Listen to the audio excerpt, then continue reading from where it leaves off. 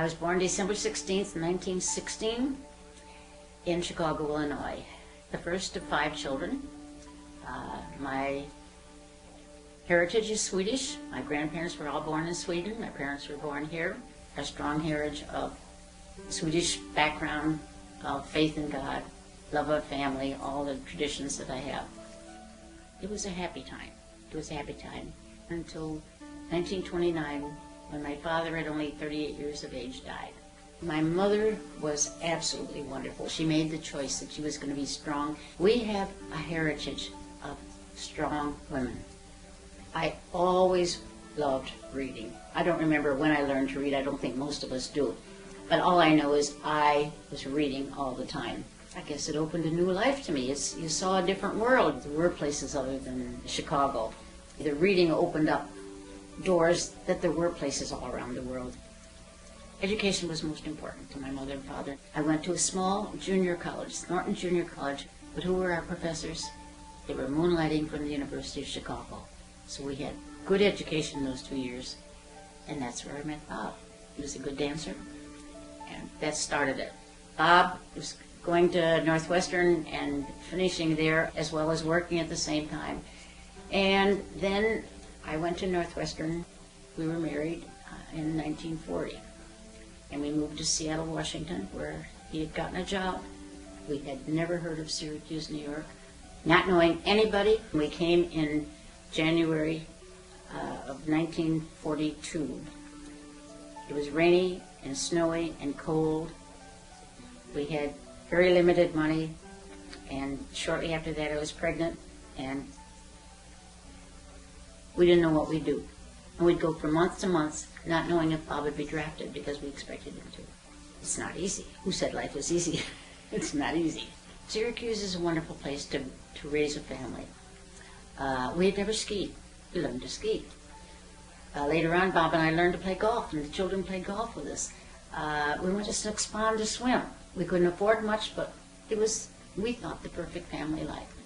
I knew that there was illiteracy in the world, that there were poor countries where people couldn't read, and I became interested in that, and I thought, how can I help? In the 1960 census, there was a big headline in our paper saying that there were over 11,000 functional illiterates, not in Asia or Africa, but in Syracuse, in my city. I couldn't believe it. Who were they? Why couldn't they read? What was being done?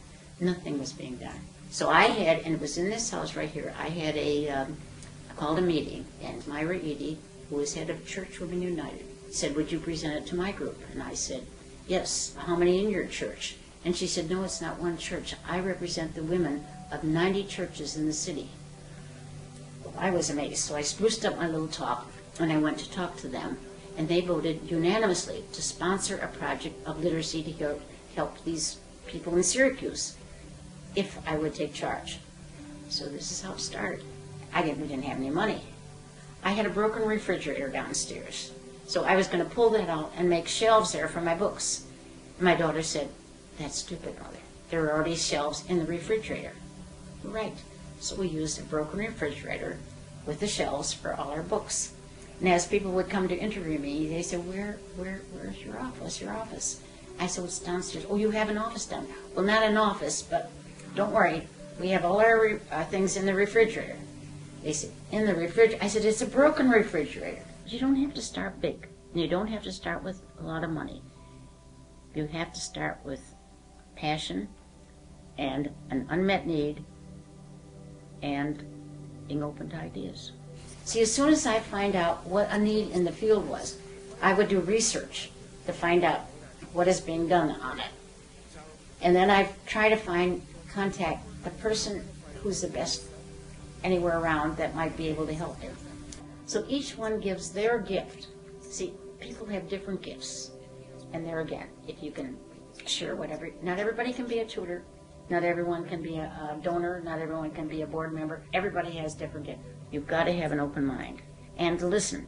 One way we'll have peace is to understand and respect. You don't have to change other people, but respect them and understand them, and hopefully they will respect and understand you.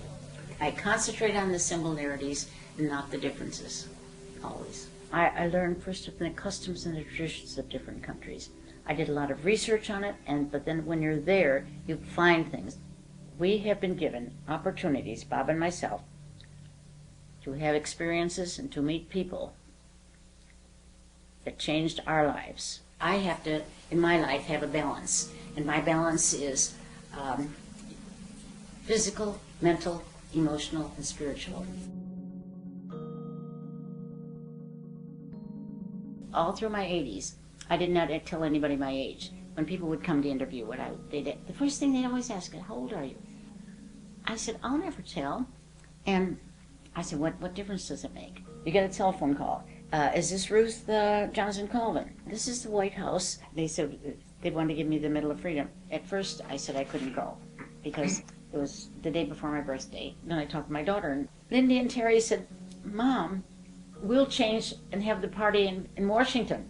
And so that's what we did. And so George Bush said that I was 90 years old. When he said it, I had to tell. So now I do the opposite. I tell my age right out and say it's only a number.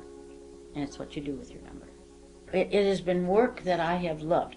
I feel blessed that God gave me these opportunities, that gave me a life partner who was a teammate. See, not everybody would have gone along with my ideas.